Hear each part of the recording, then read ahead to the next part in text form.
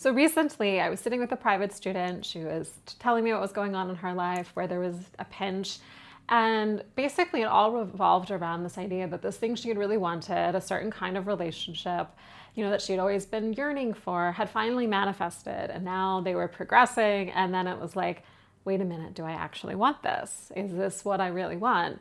And it was just one of those beautiful mirror moments for me, because I am very much in the converse place in my life, right? It's like, oh, I actually still want that thing, but I'm not experiencing it, and I'm yearning for it. And she was like, now that I have it, like I'm kind of yearning for what I used to have. And I'm like, oh, well, I'm yearning for that. And so here are these two people yearning for the exact opposite things, right? And there was just this moment where I was like, the lessons are in the longing, really. Because in the Vedic tradition, we say that your desire is not bad. Your desire is really just the cosmic jet fuel that is moving you around to where you are meant to be moment to moment, so that you can have that dharmic contact with whatever is relevant for you to be in contact with, in resonance with, to have the greatest, progressive effect on the moment, right? And to also for your own evolutionary process. But, in all spiritual traditions and practices, a lot of times what you'll hear is that, like romantic partnership is the greatest teacher. Or you might also hear that motherhood or, like parenting is the greatest spiritual teacher. And there's a part of me that yearns for both of those things, because I do deeply believe that having to surrender your preferences in partnership is a huge teacher, or that having to surrender all of your preferences to protect and raise and really give life to a child is also such a beautiful, beautiful experience. But yet that is not what the status quo of my life is. And who knows what tomorrow will bring.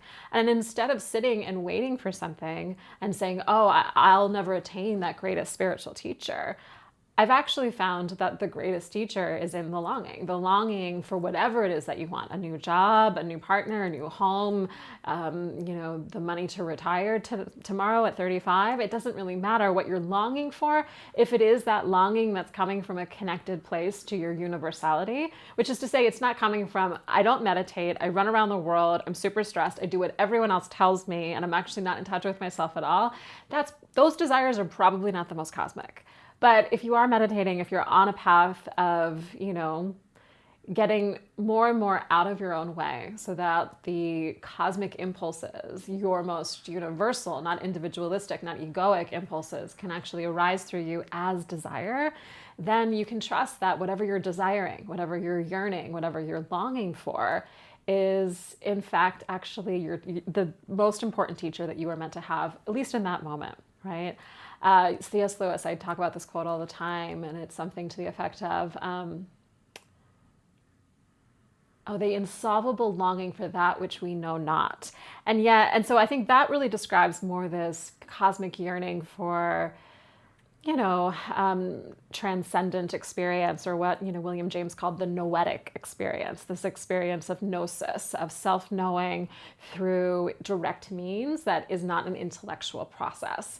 But also just as transformative can be really holding those things that we long for and that feeling of yearning, because it is paradoxical. It's bitter and it's sweet. There is like the beauty and the sweetness of, oh, maybe someday I will get that which I want, and not having it now it's not quite bitter, but it is melancholic. It's poignant.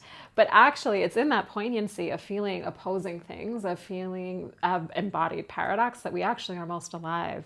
And in that most aliveness, we evolve, we change, we're open. And also just the desire propels us to where we're meant to be, to new experiences, to new people.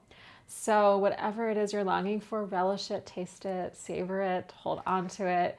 There are lessons there, as long as you're not attached to the fact that they have to come. And that longing may transmute into something else. It may fleet and go, and you're 10 years later, you're like, oh, I'm so glad I didn't get that.